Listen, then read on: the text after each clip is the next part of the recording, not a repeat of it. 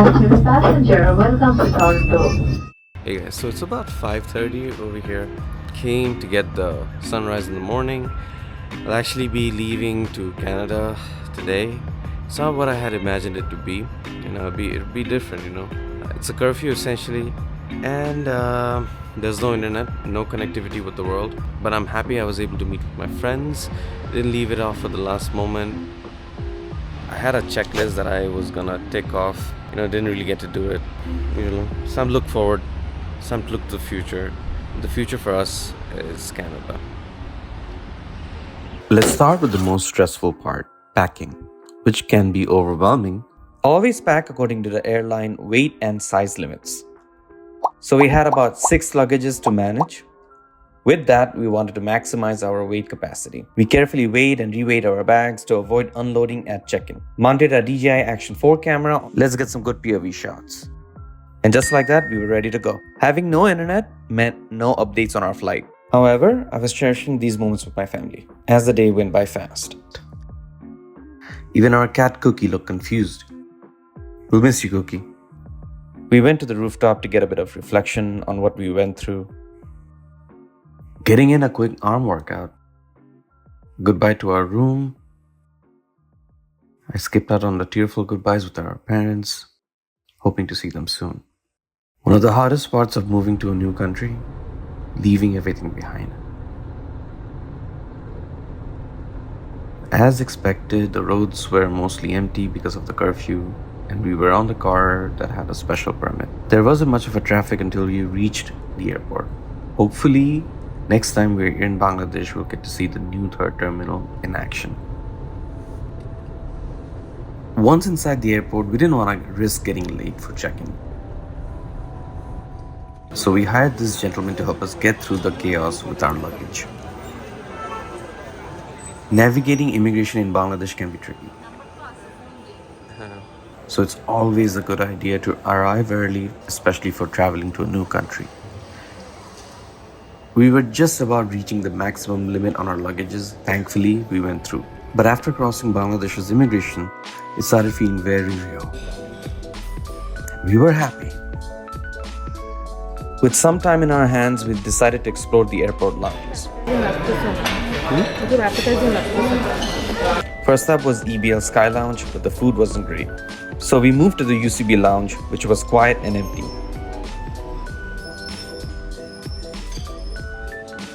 Then we checked out Balaka Lounge, always busy.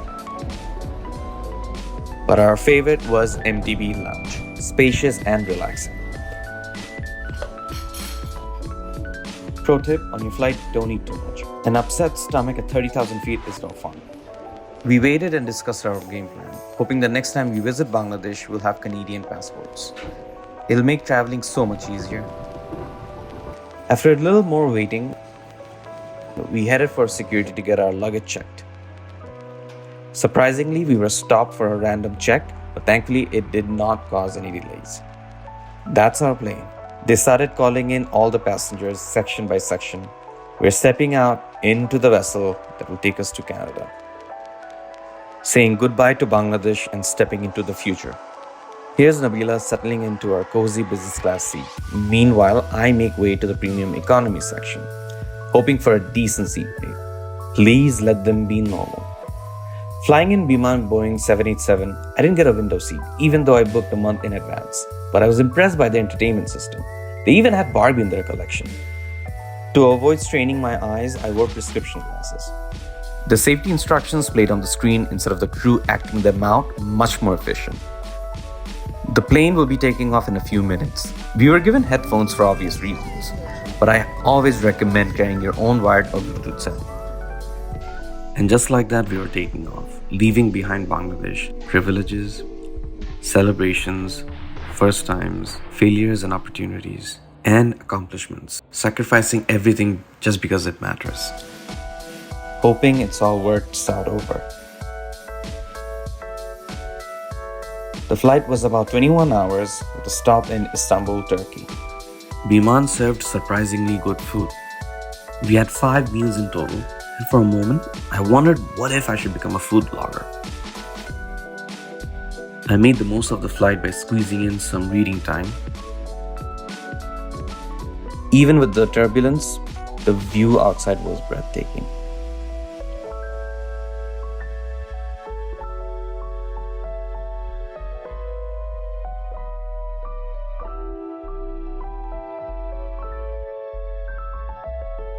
En route to Istanbul, Turkey.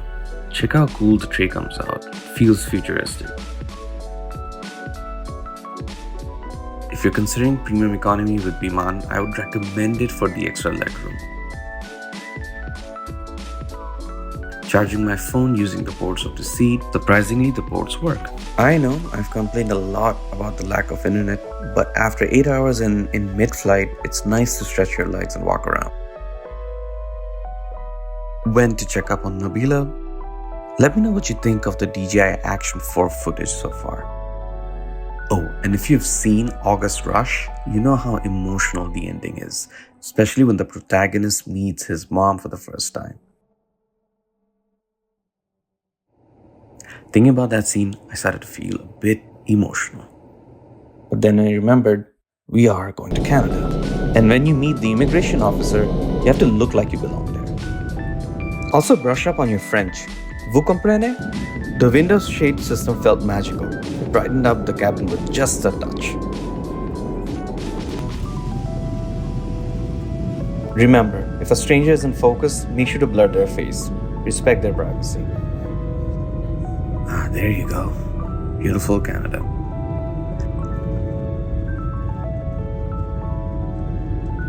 বিমান Bangladesh এয়ারলাইন্সে captain রাব্বিক ও সকলদের পক্ষ থেকে বিমান বাংলাদেশ এয়ারলাইন্সে ভ্রমণ করার জন্য আপনাদের আন্তরিক শুভেচ্ছা ও ধন্যবাদ জানাচ্ছি।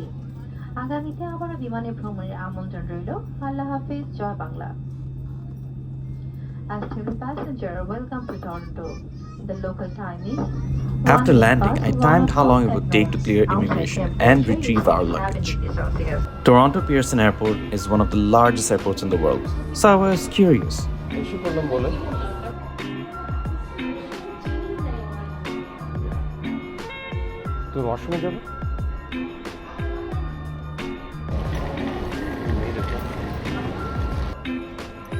Kiosk?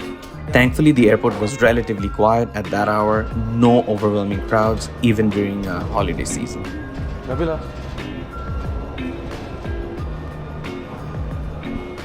Filling out information on the kiosk took a bit of time. This is why having internet access would have been handy. It would have made the process much more easier. But fast forward to the moment that mattered the most, the moment we've been waiting for the last 5 years. We were officially permanent residents of Canada. After completing some paperwork, we made our way to the baggage claim area.